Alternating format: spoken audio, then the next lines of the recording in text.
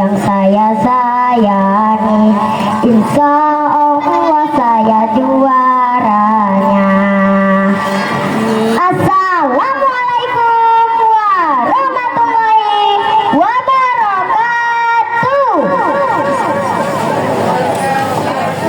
Hai teman-teman, perkenalkan nama saya Anissa Putri Winbet.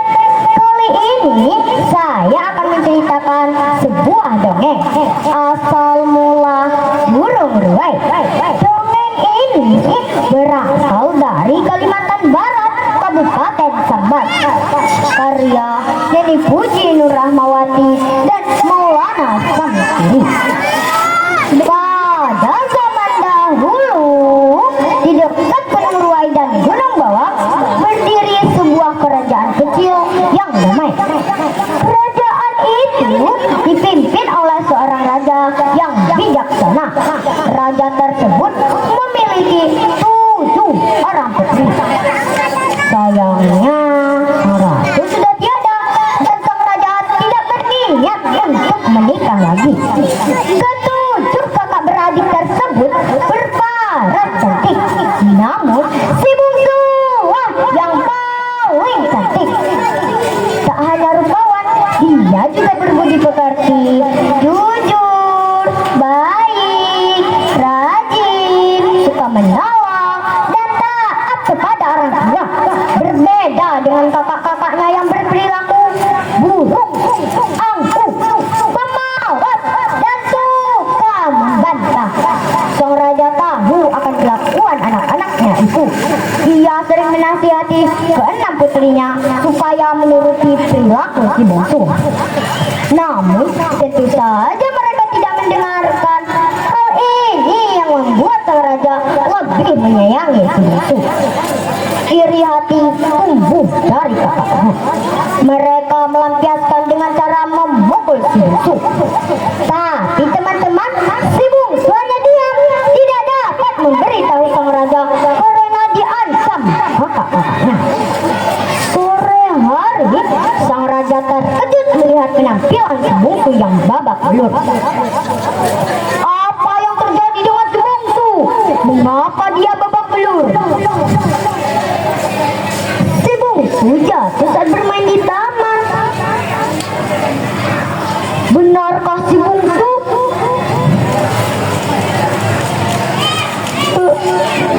Benar Baginda, Ananda jatuh saat mengejar kupu-kupu di taman. Mendengar ucapan si bungsu, sang raja percaya dan tidak memperpanjang masalah itu.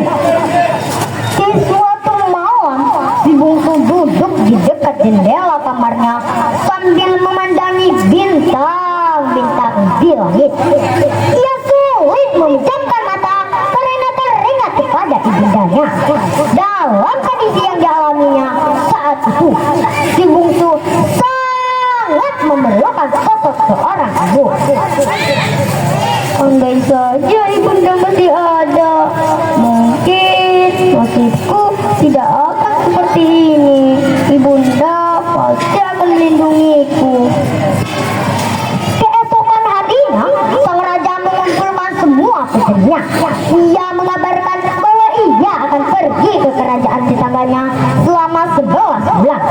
Tanggung jawab dan pekerjaan akan diberikan ke bungsu untuk sementara. Alangkah terkejutnya ke-6 kakaknya mendengar pernyataan itu. Kalian harus taat kepada si bungsu. Iri hati dan kebencian para kakak terhadap si bungsu makin menjadi-jadi. Mereka tidak setuju dengan ucapan sang raja. Mereka berniat untuk mencelakai si bungsu.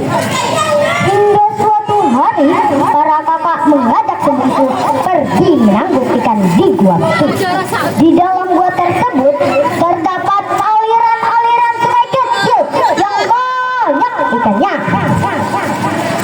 Kakak-kakak nang anak lagi nangguk ke kue batu.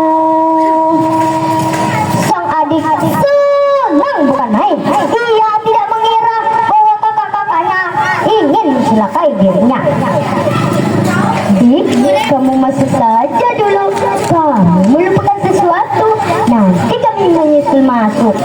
Si bungsu menyiapkan, ia masuk ke dalam gua dengan semangat. Saking semangatnya, ia masuk semakin jauh. Akhirnya ia sadar bahwa kakak-kakaknya telah meninggalkan ia sendiri. Ia hanya bisa menangis siang dan malam. Kakak lalu kakak nang anak tinggalkan busu di gue batu. Nak pulang jalan dak tahu, kakaknya balik dak ambil tahu. Setelah 7 hari berada di dalam gua, tiba-tiba si bungsu mendengar suara gemuruh yang menggugah, seolah-olah hendak meruntuhkan dinding gua itu. Beberapa saat kemudian muncullah seorang kakek di depannya.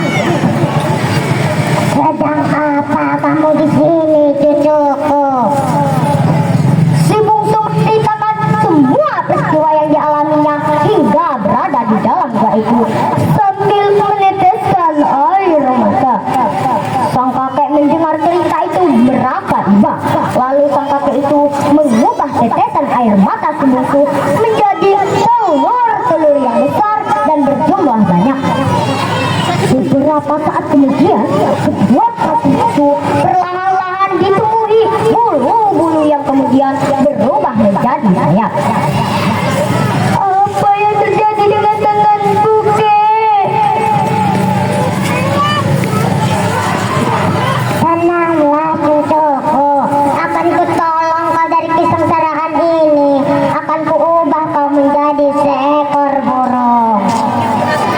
Setelah kakek sakti itu berdoa, seluruh tubuh si bungsu perlahan-lahan ditemui bulu-bulu yang indah.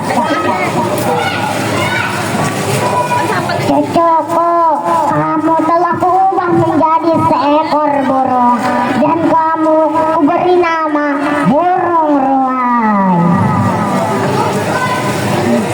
Sabda lalu kakak nang anak tinggalkan busuk seorangan. Kapak-kapak murai berkicau, si bungsu jadi burung ruai. Si kakek menghilang. Burung ruai penjelmaan si bungsu pun segera mengerami telur-telur itu. Setelah dierami 25 hari, telur-telur itu menikah. Setelah dewasa, burung-burung ruai itu terbang meninggalkan gua itu, lalu bertengger di atas pohon dekat istana sang raja. Di atas pohon itulah si bungsu melihat keenam kakaknya dihukum oleh sang raja karena telah mencelakai dirinya. Namun burung ruai tidak kembali ke istana. Ia memilih terbang menuju hutan. Sejak saat itu masyarakat menamai burung indah itu burung ruai. Bunga mekar di perbukitan. Selamat sehat. Terima kasih atas perhatian. Mohon maaf atas kesalahan.